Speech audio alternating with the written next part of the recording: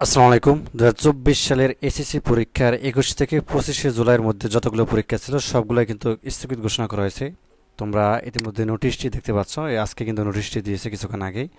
তো এখানে বলা আছে যে আগামী 21/7/2024 এবং 23/7/2024 এবং 25/7/2024 তারিখে অনুষ্ঠিত ঢাকা শিক্ষা বোর্ড এসএসসি পরীক্ষা 2024 স্থগিত ঘোষণা করা হয়েছে।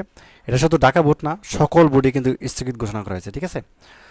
তো উপযুক্ত বিষয় পরিপ্রেক্ষিতে জানা যাচ্ছে যে অনিবার্য কারণবশত আগামী 21/7/2024, 23/7/2024 এবং 25/7/2024 তারিখ অনুষ্ঠিত ঢাকার শিক্ষা বোর্ডের পরীক্ষার সময় স্থগিত করা হলো। তো স্থগিত হওয়া পরীক্ষা পরবর্তী সময়সূচি বিজ্ঞপ্তির মাধ্যমে পরবর্তী জানিয়ে দেওয়া হবে।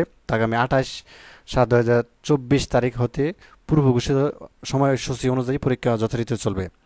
তো দেখো, সব শহরেই কিন্তু তোমাদের হচ্ছে যে আন্দোলন বা শিক্ষার্থীদের যে আন্দোলন হচ্ছে, এটা কিন্তু সব শিক্ষা বোর্ডেই কিন্তু হচ্ছে এবং প্রত্যেকটা কিন্তু শহর জেলা, ঠিক আছে, এবং অন্যান্য বোর্ডেও কিন্তু একই রকম, অর্থাৎ ঢাকা বোর্ডের সাথে মিলিয়ে কিন্তু তারা হচ্ছে এই তিনটি পরীক্ষা কিন্তু স্থগিত, অর্থাৎ 21 থেকে 25শে জুলাই পর্যন্ত কিন্তু পরীক্ষাগুলো স্থগিত ঘোষণা করা হবে।